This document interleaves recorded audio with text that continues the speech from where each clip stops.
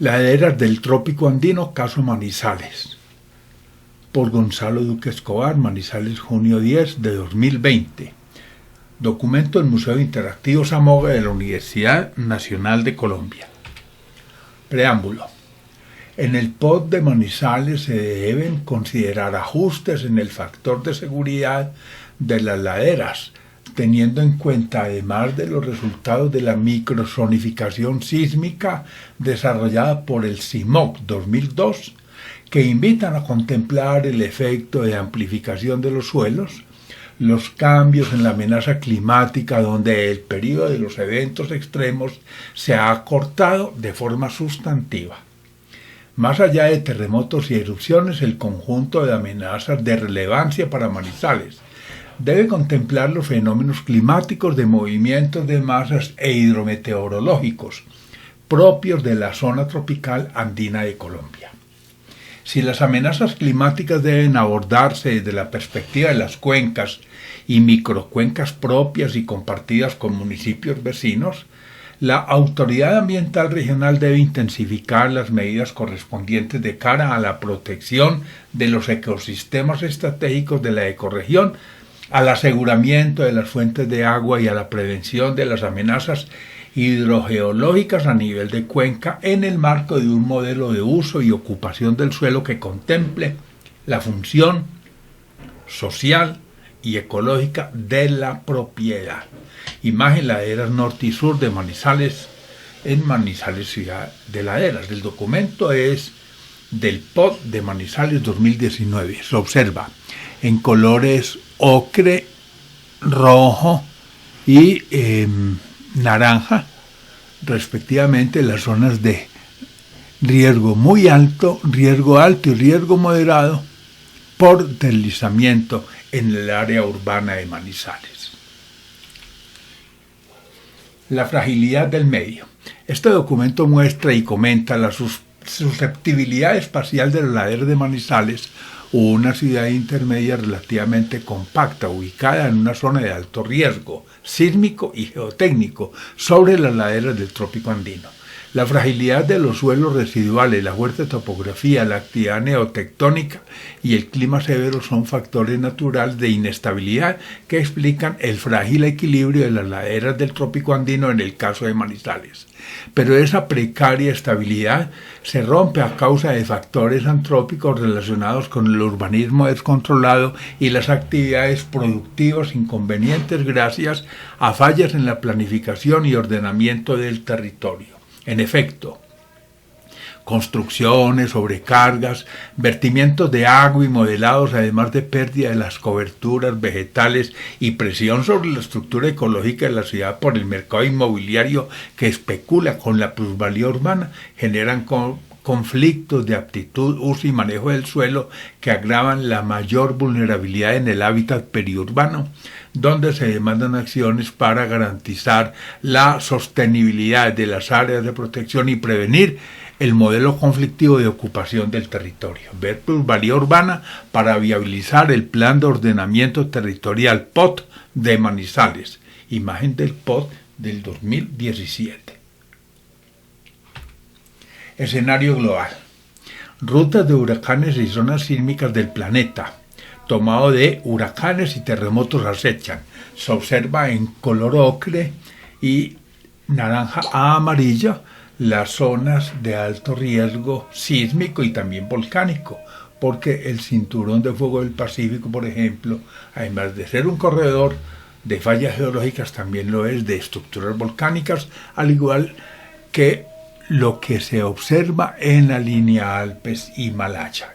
Igualmente en verde se observa la ruta de los huracanes, advirtiendo la dirección en la trayectoria, no solamente concentrada en el Ecuador y un poco hacia el hemisferio norte de la Tierra, sino en dirección este-oeste. Vulnerabilidad de las laderas. La tragedia ocurrida en Manizales tras un fuerte aguacero de 156 milímetros el 9 de abril de 2017, que generó eventos hidrogeológicos similares a los que han afectado la ciudad, invita a reflexionar sobre las causas de su mayor incidencia en los barrios populares. Como hipótesis, se trata de pasivos ambientales relacionados con múltiples factores antrópicos que han intervenido en la construcción social e histórica de un territorio de laderas vulnerables a los eventos climáticos extremos, lo que obliga a fortalecer la prevención de factores como corregir las deficiencias en una planificación procedente que no contempló la dimensión ambiental y del riesgo. La ciudad, además de prevenir la separación de costos y beneficios en la explotación del medio ambiente, debe controlar las dinámicas de expansión urbana descontrolada, donde los costos ambientales se socializan para que los asuma el Estado o, en su defecto, el ciudadano tras la pérdida de su propiedad. Véase en colores oscuros, azul y rojo, las zonas de mayor pendiente en las laderas norte y sur de la ciudad como factor relevante de susceptibilidad a los deslizamientos en Manizales. Imagen de pendientes tomada de geomecánica de las laderas de Manizales. Se invita a ver vulnerabilidad de las laderas de Manizales. Fuentes sísmicas. Al igual que Pereira y Armenia, Manizales ha logrado evaluar su amenaza sísmica teniendo en consideración, además del marco tectónico y la geología, estudios de neotectónica, características de los suelos y tipologías constructivas, las fuentes sísmicas asociadas a la historia sísmica del territorio. Posteriormente, la ciudad ha procedido a la instalación y operación de acelerógrafos instalados en sitios estratégicos con condiciones geológicas y geotécnicas específicas, lo que le ha permitido a Manizales contar con señales de sismos reales que le garantizan confiabilidad y cubrimiento para validar y ajustar los estudios analíticos sobre efectos locales, aceleraciones en roca y estudios de amplificación en lugares determinados. Ahora, como referente, en Bogotá se contempla 3 escenarios, con intensidades y fuentes diferentes, así. Un sismo lejano de magnitud 8, subducción, por ejemplo, con daños del 10%. Un sismo regional de magnitud 7, Frente Llanero, por ejemplo, con daños del 20%. Y un sismo cercano de magnitud 6, fallas locales como La Mesa, por ejemplo, con daños del 30%. Imagen, lineamientos y fallas de Manizales. Propiedad Aguas de Manizales, raya Ingesam, en estudio del 2006 para la planta de saneamiento básico de la ciudad. Se observa en la imagen un rasgo tectónico importante por la quebrada Marmato y la quebrada del Mico, que cruza el centro de la ciudad con dirección norte-sur. Y a partir de ese rasgo, un abanico con centro de giro en Villa María, en donde aparecen también, por ejemplo, fallas, como 2 que están en el ámbito del cementerio San Esteban, es la falla que entra por el sector de la Fuente. Y más al oriente, la falla San Luis, vecina al Colegio del Rosario y al Estadio Fernando Londoño, en dirección hacia el barrio La Estrella. Faltan otras fallas, por supuesto, en la ciudad. Pero en el costado occidental se observan los rasgos estructurales que delimitan lo que se denomina el escarpe de la Francia. Riesgo sísmico en Colombia. En Geominas, al definir la amenaza sísmica, asume la aceleración pico efectiva horizontal A del sismo de diseño recomendado en la norma sismo resistente 98, con una probabilidad de ser excedida del 10% en un lapso de 50 años, valor correspondiente a la vida útil de una edificación.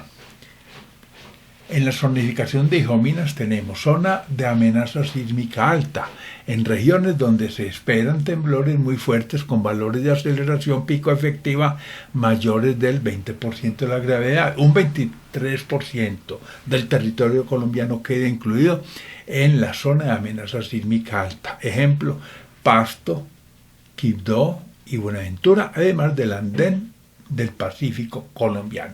Zona de amenaza sísmica intermedia para regiones donde existe la probabilidad de alcanzar valores de aceleración pico efectiva comprendida entre el 10% de la gravedad y el 20% de la gravedad. El 22% del territorio nacional se encuentra incluido en zonas de amenaza intermedia. Ejemplos, Bogotá, Medellín, Ibagué y el Piedemonte llanero. Zona de amenaza sísmica baja.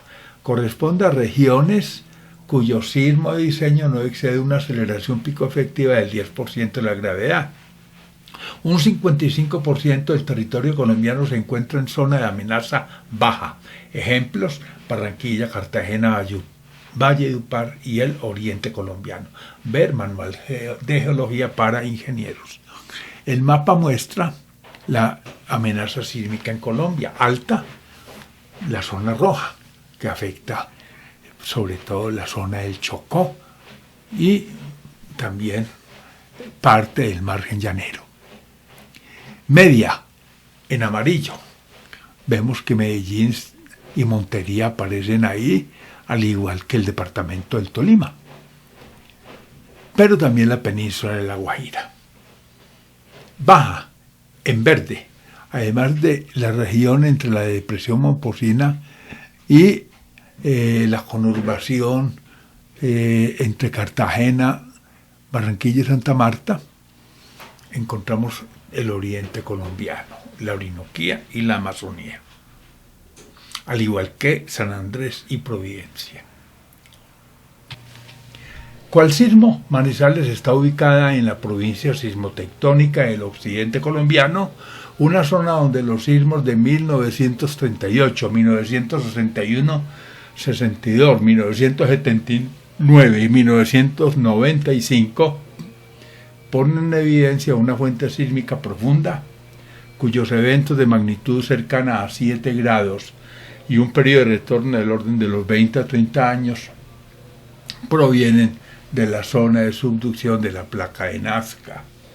Pero en dicha provincia las fallas del sistema romeral a lo largo del valle del Cauca-Patía son otra fuente sísmica superficial capaz de producir eventos superficiales de mayor consideración dadas sus devastadoras consecuencias. Popayán 1983 y Quindío 1999. Al observar las imágenes del SIGMOC 2002 con el espectro del sismo de Armenia del 25 de enero de 1999, color negro superpuesto con los espectros de frecuencia para amenaza uniforme calculados para diferentes periodos de retorno, así: para el sistema de falla romeral arriba y para la zona de subducción abajo, se observa que la fuente del citado evento se acomoda a la fuente romeral y no a la de subducción, y que el periodo de retorno de evento del Quindío sería de unos 700 años. Ver riesgo sísmico, los terremotos. Imagen superior, el espectro de amenaza uniforme de romeral. En la línea negra es el segundo espectro de arriba para abajo, en medio del azul claro y del morado, digamos. Igualmente en la parte inferior, pero se observa cómo el espectro que tiene forma de serrucho, que es el evento de Armenia el 25 de enero, se sale de la secuencia. Segundo, ese de 475 años será el evento propuesto, evento para el diseño y para el riesgo en el caso de Manizales. Amplificación sísmica. Pero el tipo de suelo y la topografía modifican la amplitud de las sacudidas. Un frente de ondas en la roca suele tener a alta frecuencia y en consecuencia alta energía. Cuando las ondas pasan a los depósitos sobreyacientes se amplifican, luego bajando la frecuencia aumenta la amplitud, pues la energía trata de conservarse. Observe la imagen de amplificación en la parte alta de la imagen. Alta frecuencia con baja amplificación es la misma energía que una baja frecuencia, pero con una gran amplificación. En depósitos mal consolidados de más de 10 metros de espesor, como los rellenos de las vegas de los ríos, depósitos de cenizas volcánicas y valles conformados en antiguos lagos, la intensidad del terremoto de escala Mercalli puede incrementarse en 1 grado e incluso en medio grado más cuando el nivel freático está a menos de 10 metros de profundidad. Sobre colinas relativamente pronunciadas del relieve por efectos de esbeltez, la fuerza sísmica puede incrementarse hasta en un 50%. En la figura se advierte sobre la amplificación por condiciones topográficas y por la mayor o menor rigidez del suelo. También a la derecha se ilustra la relación inversa entre la frecuencia y amplitud para un mismo nivel de energía sísmica, alta frecuencia en roca y baja frecuencia en suelo blando. Nota: en el Quindío 1999, mientras la aceleración registrada sobre el suelo rocoso en la Bocatoma de Calarcá fue del 9% de la gravedad, en la Universidad del Quindío, sobre un depósito de 30 metros de espesor, el valor llegó al 58% de la gravedad. La imagen inferior muestra para espesores de suelos de 5, 10, 20 y 30 metros cuál es el tamaño de la aceleración de la gravedad e igualmente la estructura de los periodos de esas frecuencias. Espectros propuestos.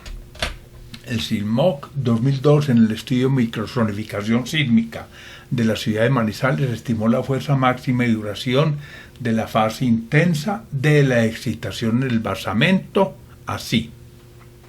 Fuente Romeral, para una distancia de 20 kilómetros y una magnitud de 6,2, la aceleración máxima 0,18 G y duración de la fase intensa 15 segundos. Fuentes regionales, subducción, más lejanas y profundas y con sismos magnitud 7, aceleración máxima 0,15 G y duración de la fase intensa 45 segundos.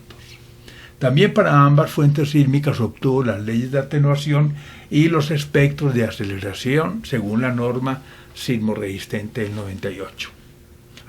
Arriba, espectros de diseño para las diferentes zonas de la ciudad de Manizales. Para suelos blandos y espesos se propone el espectro verde. Sube hasta 1.1 G.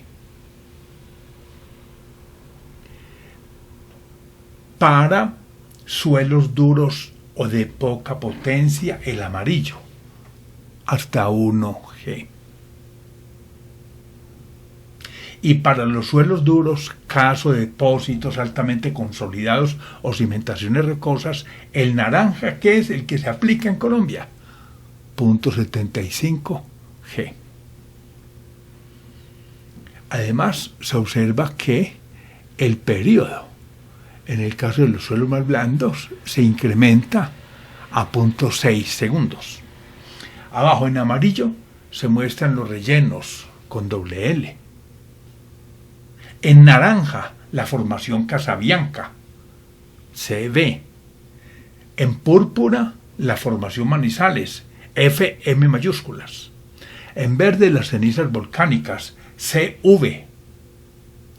Y en rojo, el basamento rocoso conformado por el complejo Quebrada Grande de Manizales.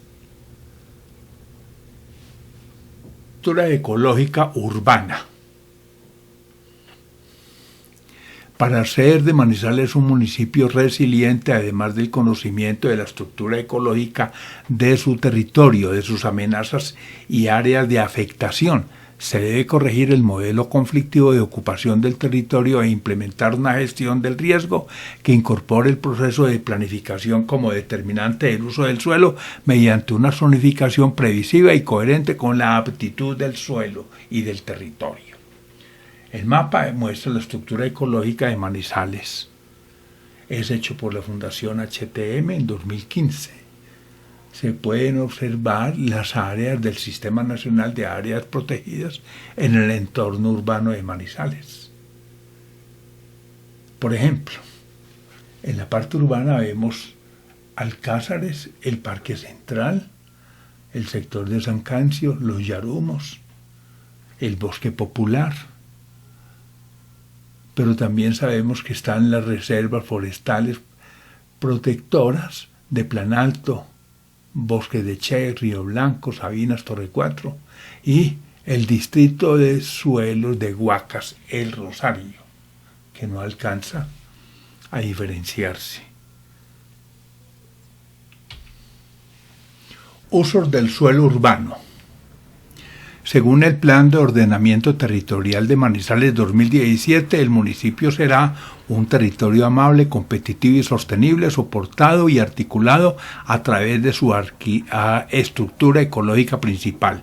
Además, al contemplar usos mixtos del suelo para combinar actividades industriales, comerciales y de servicios, puede acortar los flujos motorizados y tiempos de viaje, aunque debe evitar usos mixtos cuando se trate de actividades que perturben zonas residenciales o de otro tipo, como las contaminantes, en especial las de zonas industriales con ruido, vibraciones, vertimientos, olores y polución aérea. El mapa es de usos del suelo del medio urbano de Manizales. En el POD se observa, por ejemplo, en verde, zonas de conservación histórica, el centro histórico de la ciudad, parte de San Antonio y San Joaquín. También como eje estructurante, en rojo, áreas fundamentalmente para renovación urbana y modalidad recreativa.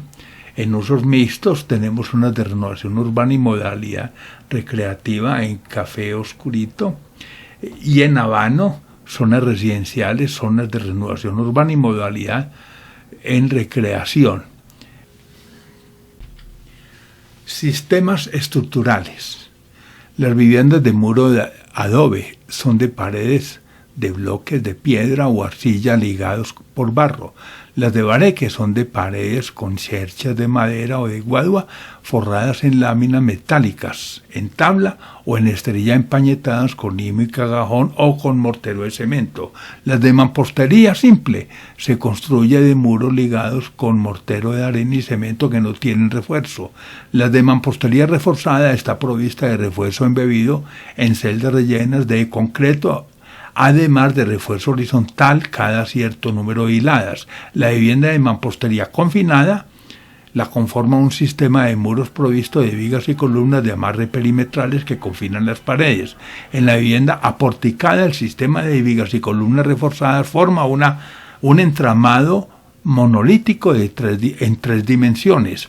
La vivienda porticada arriostrada es la anterior, provista de elementos de refuerzo diagonales que articulan uno o dos muros del pórtico. Escenarios de cambio climático para Colombia. En Colombia, según el IDEAM, para el 2040, 2070, 2100, habrá incrementos de temperatura promedio en las áreas continentales y en su orden de 0.9, 1.6 y 1.4 grados Celsius. Dichas cuantías se duplicarán en las zonas costeras, Orinoquía y Amazonía, mientras que en las zonas montañosas solo alcanzarán a la mitad. También en los mares y para los tres periodos, al 2040, 2070 y al 2100, las temperaturas se incrementarán en promedio en su orden 0.6 grados, 1 grado y 1.5 grados Celsius. Las lluvias, que se incrementarán en las zonas de montaña entre un 10 y 40%, también se reducirán entre un 10 y 40% en la costa norte, en el archipiélago de San Andrés y en la Amazonía y Orinoquía. El mayor incremento de precipitaciones que se podrá presentar, con un aumento promedio del 28% respecto a los valores actuales, se dará para el fin del siglo en los departamentos de Risaralda y de Caldas. Una situación similar deberá esperarse en el norte occidente del Quindío y en la vertiente oriental del Tatamá. Similarmente, los mayores incrementos de temperatura se darán en el Valle del Magdalena, más de 2 grados centígrados, y en el corredor del río Cauca, cerca de 1.5 grados, comprometiendo poblados vecinos. Escenarios 2011-2100 para Caldas. Para el fin del siglo, la temperatura del departamento de Caldas, según el IDEAM, podrá aumentar en 2,4 grados centígrados en promedio, y los principales aumentos se podrán presentar en la región magdalenense, donde podría incrementarse hasta en 2,5 grados Celsius sobre la temperatura actual de referencia. Y en precipitaciones, aunque Caldas solo presentará disminuciones de precipitaciones del 10% en el oriente, para los periodos evaluados, estima el IDEAM que por la vertiente del Cauca se darán aumentos de entre un 20% en 2040 y hasta un 28% en 2100, y que para finales del siglo la precipitación podría aumentar entre un 30 y 40% en el pie cordillerano desde Villamarí y Manizales hasta Salamina. Para el IDEAM, los principales efectos en el departamento podrían presentarse en los sectores de infraestructura vial y cuencas deforestadas en zonas de alta pendiente, debido al aumento de los porcentajes de precipitación y precaria regulación hídrica. Además, las coberturas nivales hoy en retroceso seguirán disminuyendo en volumen debido al incremento de la temperatura, al tiempo que el sector agrícola podría afectarse por plagas sostenidas en el tiempo como consecuencia de una mayor humedad relativa, donde la temperatura y la humedad se incrementan. Aquí vemos los mapas arriba de temperatura para Caldas, abajo de precipitaciones para Caldas, y entonces al 2100 la situación es el tercer mapa. En cada caso obsérvese en color naranja los mayores incrementos de temperatura, obviamente en La Dorada, en la zona de Victoria y en la zona de Samaná, y en menor cuantía en el corredor del río Cauca. Y en precipitaciones abajo, obsérvese lo que se dice. Efectivamente, en el oriente caldense la situación no mostrará incrementos importantes, pero sí los habrá en la región norte y centro-sur de Caldas, en especial sobre el borde cordillerano desde Villamarí y Manizales hasta Salamina, con un 40% específicamente. Deslizamientos en zonas de montaña. La imagen muestra la ladera occidental de Chipre, al occidente de Manizales. Los movimientos de masa se relacionan con deslizamientos, derrumbes y flujos.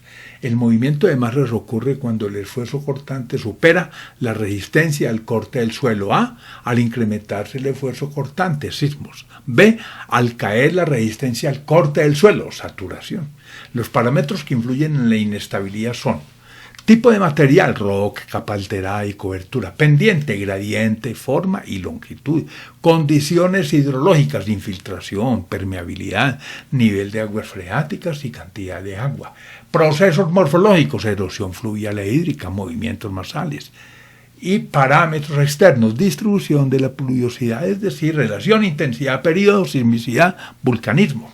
Pero también el descontrol hídrico y pluviométrico, la erosión y la desertificación pueden explicarse por el mal uso y manejo del suelo. Mientras las comunidades primitivas padecieron sin compresión las agresiones del medio, las colectividades humanas de medios más transformados o menos naturales han hecho de los fenómenos naturales huéspedes condicionantes de acciones y beneficios. Observando dicha relación existente entre cultura y medio ambiente para aplicarlo a la zona andina, debemos admitir que si algunas comunidades de medios fundamentalmente naturales están en la fase de recolección de información, las de otras regiones más intervenidas la procesan o simplemente hacen uso de procesos desarrollados para medios exógenos sin garantía de éxito en muchos casos.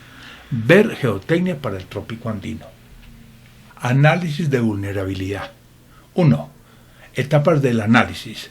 Seleccionar una amenaza potencial y asignarle características. Identificar componentes físicos y servicios auxiliares del sistema.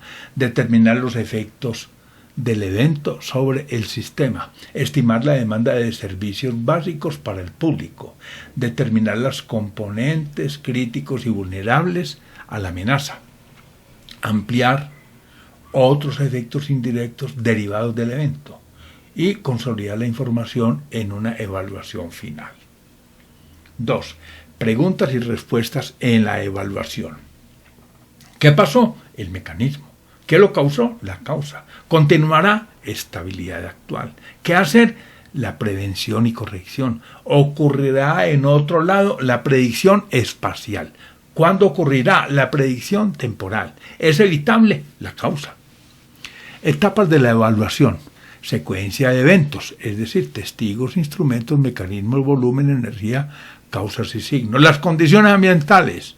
Alude a averiguar las causas y hacer estimativos espaciotemporales, utilizar datos meteorológicos, sismológicos y registrar si se dieron cambios previos en áreas aledañas como construcciones, riegos, explosiones, deforestación, roturas de líneas con líquidos, sobrecargas, interrupciones de drenajes o cultivos. Inspección detallada de la morfología y estado del área aledañas y del deslizamiento, las grietas, flujos de agua, obras, edificaciones, cultivos. Análisis adicional, plan de instrumentación, manejo y control según las obras decididas y abandono del lugar y evaluación de las consecuencias.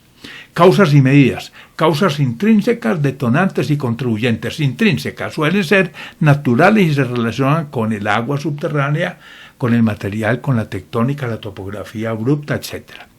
Causas detonantes, por ejemplo, la lluvia, sismo, erosión o artificiales como cortes, deforestación, etc. Causas contribuyentes, similares a las causas detonantes. Y las medidas pueden ser medidas preventivas o medidas correctivas. Ver gestión del riesgo natural en el caso de Colombia.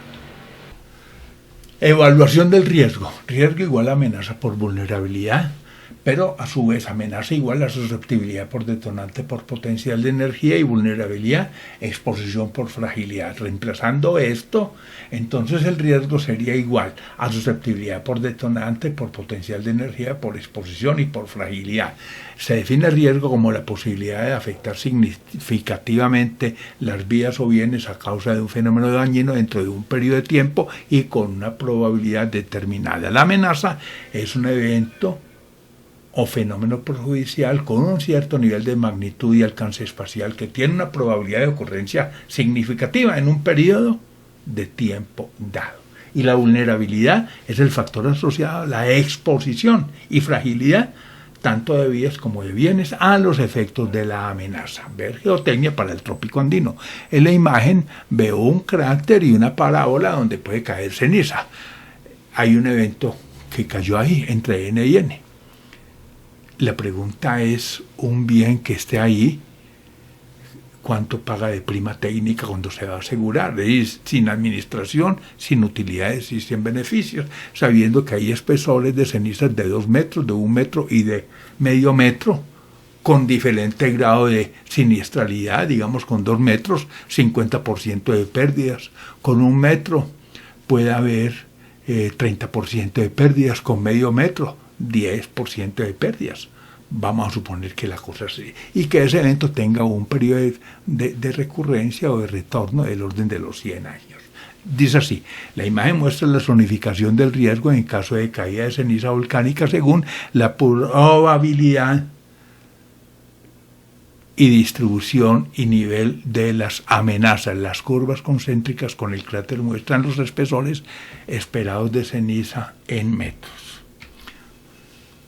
Si MM es el área amenazada y NN la extensión de un evento probable con un periodo de retorno dado en años y con determinado grado de siniestralidad, porcentaje en daños, según sea la intensidad del evento, se puede calcular el factor de prima técnica FPT anual mediante la siguiente expresión a partir de la capacidad destructiva del evento, de su cubrimiento espacial y de su periodo de recurrencia expresado en años, porque es la prima anual.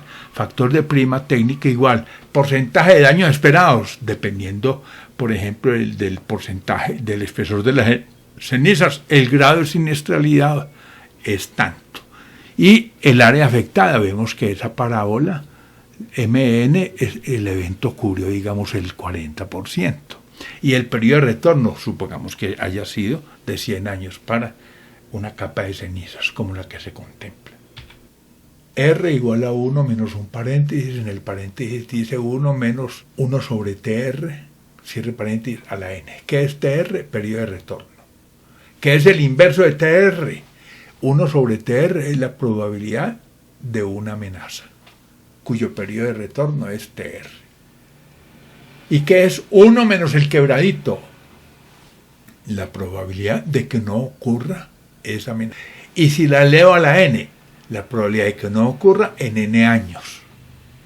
Y 1 menos el paréntesis, la probabilidad de que sí ocurra en n años. Es el riesgo de falla de una amenaza con un periodo de retorno en un determinado número de años, n años. Abajo tengo una tabla. El eje de las X, vida útil de una obra. La primera fila dice 10 años, 25, 50, 100, 250, 500 y 1000. Y la primera columna es el periodo de retorno de la amenaza. 10 años, 25, 50, 100, 250, 500, 1000 años. Tengo los mismos años en el periodo de retorno que en la vida útil.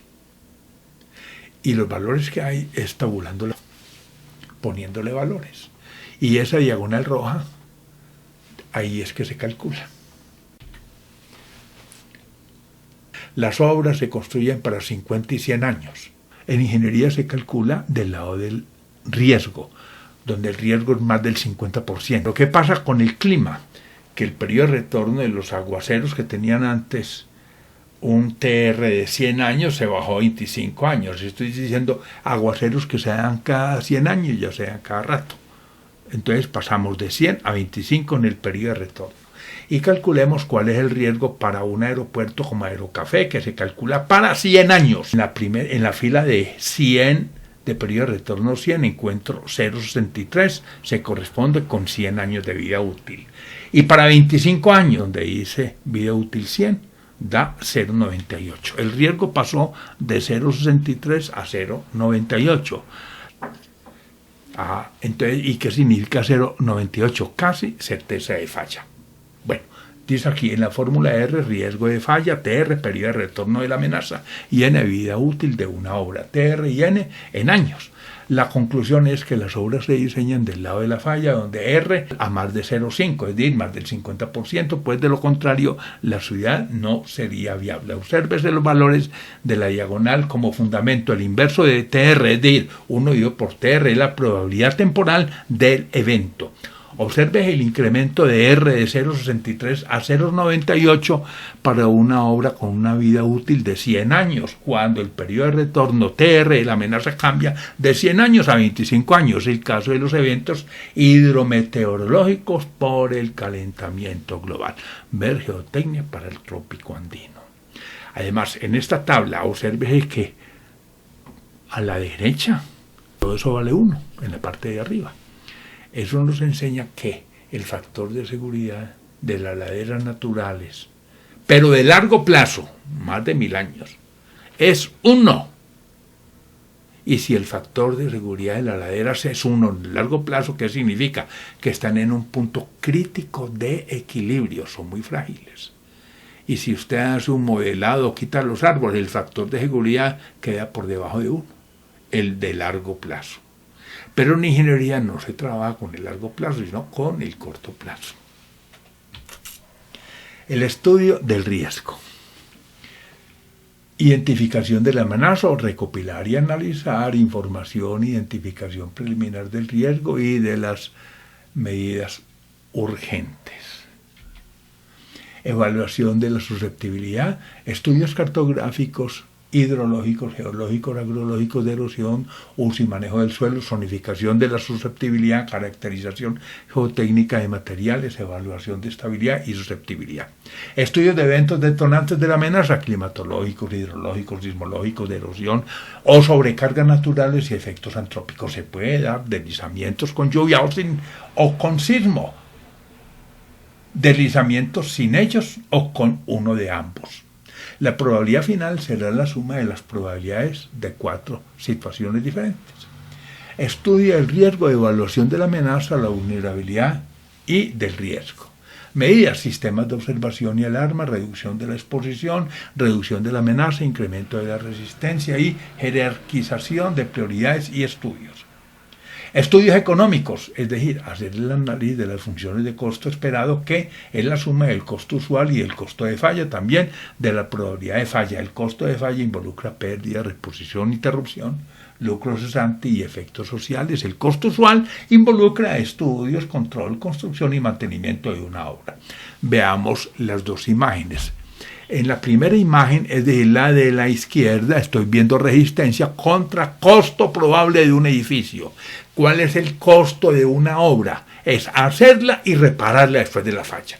Eso es, todos, costos de construcción y de mantenimiento y reparación. Ese es el costo total en el tiempo. Y tengo dos funciones. El costo usual es construirla. Mientras más resistente sea, más costoso es. Es una función CU creciente, directamente proporcional. Pero el costo de falla, mientras más resistente, menos se daña. Es una función inversamente proporcional. Es decir, la curva, en vez de echar para arriba, baja.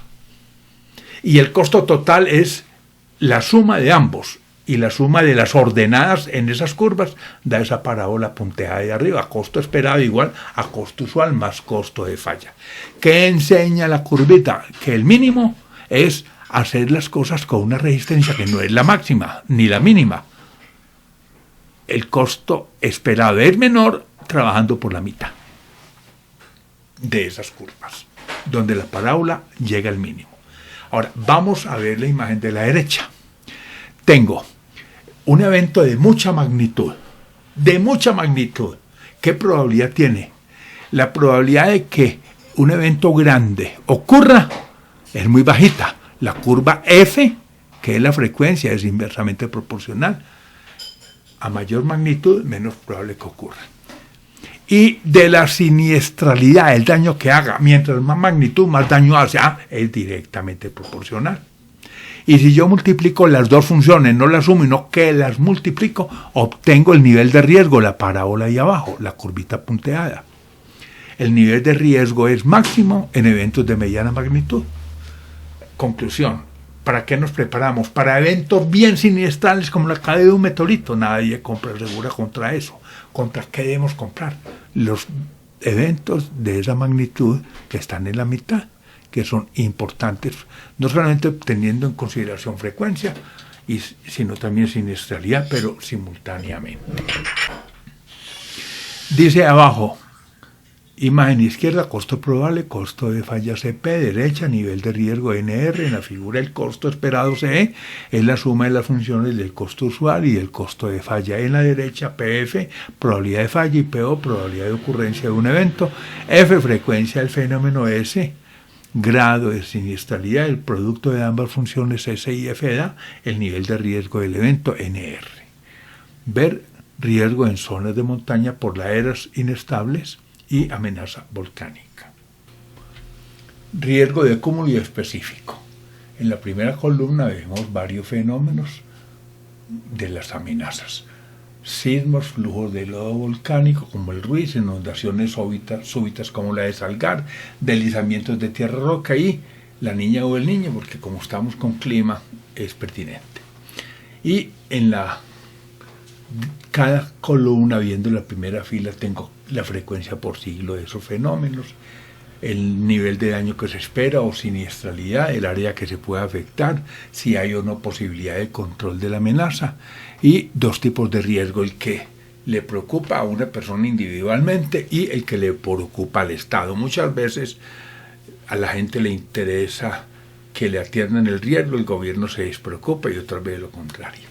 Entonces empecemos. Los sismos de intensidad 7. La intensidad se califica en la escala de Mercalli. Intensidad 1 romano significa solo se registra por instrumentos. 3 romano solo en edificios altos. 6 si la siente toda la gente. 9 si hay pánico y daños. Y 12 destrucción total. Pero aquí vamos a hablar de intensidad 7, que es un sismo ya que hace algo de daños, ¿no? Bueno, entonces esos sismos de magnitud más de 7 tienen una frecuencia de 300 veces por siglo. Compárese con los deslizamientos de tierra y roca, que pueden ser 2 o 3 veces más frecuentes, o incluso van hasta 10.000, de 500 a 10.000 eventos cuando cogemos deslizamientos de muchas magnitudes. Ahora, el nivel de siniestralidad, mientras en un terremoto fuerte hablamos del 20 al 50% de daños, En deslizamientos hablamos del 50 al 100%, es mucho más severo. En sismología se diseñan las cosas de tal modo que los daños no maten a las personas, pero no se diseña para que no pase nada. No es viable eso. Y tampoco para que se destruya todo, porque morirían las personas. Entonces la siniestralidad es mayor, incluso podríamos hablar del doble en los deslizamientos. En términos de área afectada, el área es 500 kilómetros contra 1 a 5 kilómetros, muy superior en los terremotos. Mientras en los terremotos no se puede intervenir la amenaza, no venden frenos, entonces en el caso de los deslizamientos sí hay posibilidad, y el riesgo específico para las personas es mediano, pero para el gobierno es realmente muy bajito, es reducido. Ahora vamos con el caso de los flujos de lodo como el Ruiz. Se presentan de 1 a 10 eventos, son más escasos todavía que los terremotos, con una siniestralidad muy similar a los deslizamientos, un área afectada que es 100 veces superior o 20 veces superior, de 10 a 20 veces superior. En los flujos de lodo volcánico hay dudas si se puede manejar eso. El Sakurajima para los flujos de lodo pequeño hace algunas obras. Y en términos de riesgo, mientras en un flujo de lodo para la gente el riesgo es mediano, para el gobierno es reducido. No ha sido una nube ardiente, que ahí sí es otra cosa diferente. Las inundaciones súbitas como Salgar son eventos que prácticamente pueden casi que duplicar el de los sismos, o pueden ser incluso inferiores, con una siniestralidad mayor y con un área afectada que puede ser el doble de un deslizamiento. Estas inundaciones súbitas, al igual que los flujos de lodo, poca duda, sí se pueden hacer, y el riesgo que es agravado para la persona, para el estado es bajo. Y los fenómenos del niño y la niña, que son de 1 a 10 eventos en promedio, siniestralidad del 20%, afecta más de 1 millón de kilómetros cuadrados, no se pueden intervenir, y siendo agravado para las personas, es muy reducido para el Estado. Riesgo por deslizamiento en Manizales. El plan de ordenamiento territorial basado en datos históricos y la interrelación de más de 30 variables naturales y antrópicas, complementado con estudios de Corpo Caldas y la Universidad Nacional, donde se determinan las posibilidades y condiciones para los procesos de construcción en la ciudad, señala, además de tratamientos viables, las condiciones para el mejoramiento integral en el ordenamiento de la ciudad. El modelo frente al territorio permite proyectar los usos del suelo condicionados a su mejor conocimiento mediante estudios detallados. Imagen del POD 2019, en donde estamos viendo nuevamente cómo es el contraste entre la ladera occidental, parte de la ladera norte, parte de la ladera sur, exactamente la del costado más occidental, y el resto de la ciudad. De pronto hay una situación igualmente crítica en algunas laderas del norte de la ciudad por el centro de la misma. Deslizamientos, la susceptibilidad. La susceptibilidad S será estimada en función de varios factores de inestabilidad mediante la siguiente expresión: S igual a P por G por A por H por R por F, donde S es la susceptibilidad a los movimientos de masa, P la pendiente valorada entre rangos con marcas de intervalo 30% y 75% de la pendiente del suelo, G la geología, G factor que extiende su importancia al incorporar la amplificación. Entonces la amplificación, según se trata de suelos blandos o duros, regolitos, saprolitos, rocas, etc. H, la humedad valorada a partir de las isoyetas en intervalos de 220 a 250 milímetros, sobre todo en el mes de octubre. R, la rugosidad en los depósitos visiblemente importantes ubicados en las partes altas de las laderas.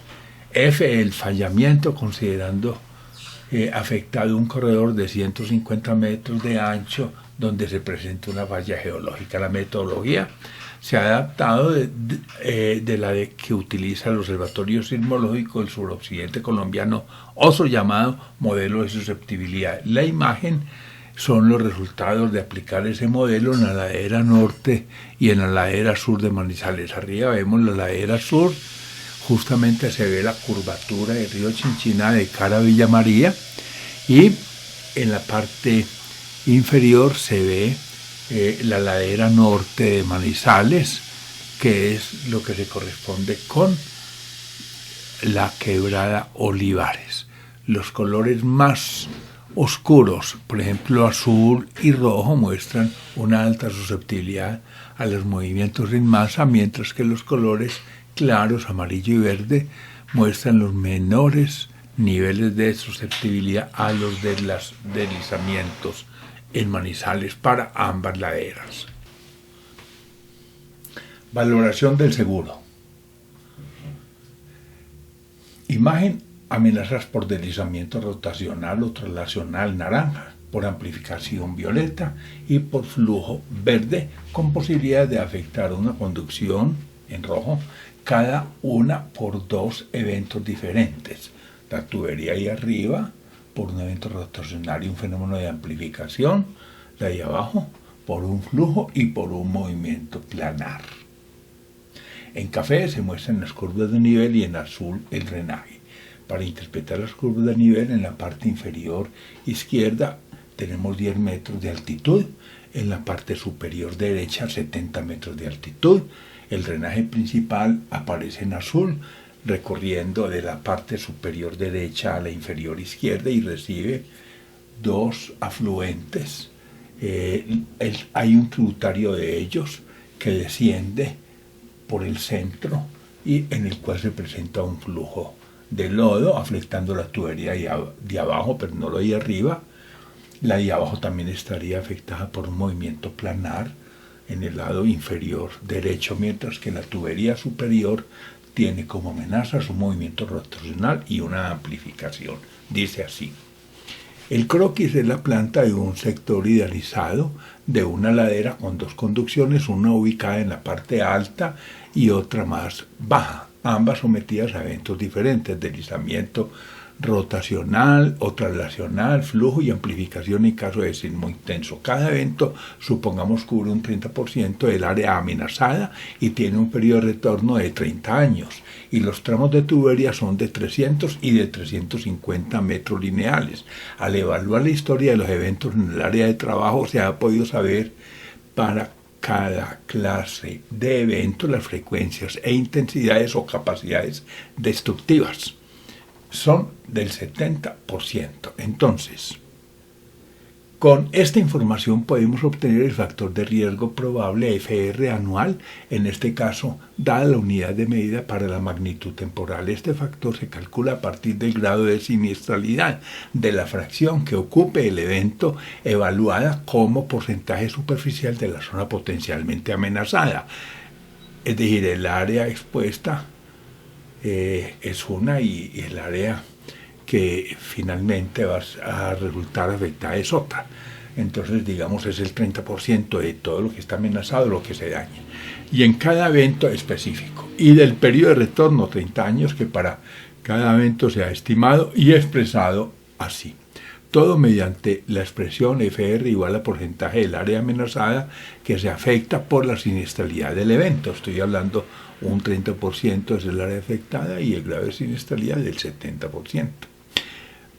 Dividido por el periodo anual del evento, estamos hablando de 30 años. Luego, para un tramo de colector específico, conociendo el valor calculado por cada metro lineal, el factor de riesgo probable se multiplica por dicho costo unitario y por la longitud total del colector expuesto a la amenaza considerada entre el conjunto de amenazas que están superpuestas, expresada también en metros. Finalmente, se deben sumar las respectivas cuantías anuales para obtener el valor total que representa las contrapartidas de la prima técnica del seguro, evento por evento y para cada colector. Ver geomecánica de las laderas de Manizales. Epílogo 1. Como conclusión, si las laderas de fuerte pendiente del trópico andino poseen un factor de seguridad de largo plazo igual a 1, con los modelados y con la deforestación se ha vulnerado ese frágil equilibrio límite de estabilidad. De ahí la importancia de A. Prevenir la separación de costos y beneficios en la explotación del suelo que subyace en la construcción de vivienda de interés social y demás obras de urbanismo.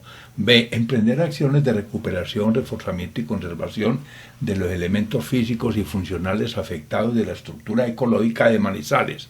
C. Ajustar los factores de seguridad para responder a las condiciones sísmicas de la ciudad y a los eventos climáticos extremos. D. Incorporar herramientas modernas de gestión territorial participativa para lograr una apropiación social de los procesos de ordenamiento y desarrollo del territorio como estrategia para lograr un desarrollo urbano sustentable y sostenible. E. Implementar la plusvalía urbana para hacer viable un plan de ordenamiento territorial que pueda hallar infraestructura ambiental para asegurar zonas ya intervenidas y atender así las demandas socioambientales asociadas con la fragilidad del medio. Imagen barrio La Avanzada en la ladera norte de Manizales, en geotecnia para el trópico andino. Epílogo 2. Urge un nuevo modelo de ocupación del territorio que, además de corregir un uso conflictivo del suelo y expansionista en la ocupación del territorio, tal cual lo padecemos al ver cómo posicionamos la estructura ecológica de Manizales para favorecer la especulación con la plusvalía urbana, también logre prevenir, 1. El deterioro del hábitat urbano acumulando pasivos ambientales. 2. El incremento de la vulnerabilidad de los deslizamientos en el marco del cambio climático y la amenaza sísmica. Y 3. La fragmentación de los frágiles ecosistemas de nuestro bioma tropical andino y demás elementos que inciden en la estructura ecológica del territorio, como la regulación hídrica, pluviométrica y climatológica. Las acciones necesarias son 2. 1. La adaptación al cambio climático y a la amenaza sísmica. Y 2. La gestión ambiental territorial, la participación comunitaria y la incorporación de información útil y suficiente para el análisis de los problemas ambientales, contemplando su relación con las administraciones municipales, con la planificación urbana y con el mercado, sobre todo el inmobiliario. Imagen, diagramas explicativos del levantamiento de Manizales y del escarpe de Chipre. Obsérvese que la altura del Cerro San Cancio, un domo que se exprime a la superficie en estado semisólido, sólido, en los últimos 2 millones de años, es la misma altura de Chipre, en razón a que este escarpe se explica por un empuje tectónico con una presión equivalente a la que exprimió el magma que formó a San Cancio. Gracias, Gonzalo Duque Escobar, profesor de la Universidad Nacional de Colombia, en Contexto de Ciencia, Tecnología y Sociedad, Manizales, junio de 2020. Imagen, lineamientos de rasgos estructurales y fallas de Manizales. Ingesan, Agua de Manizales.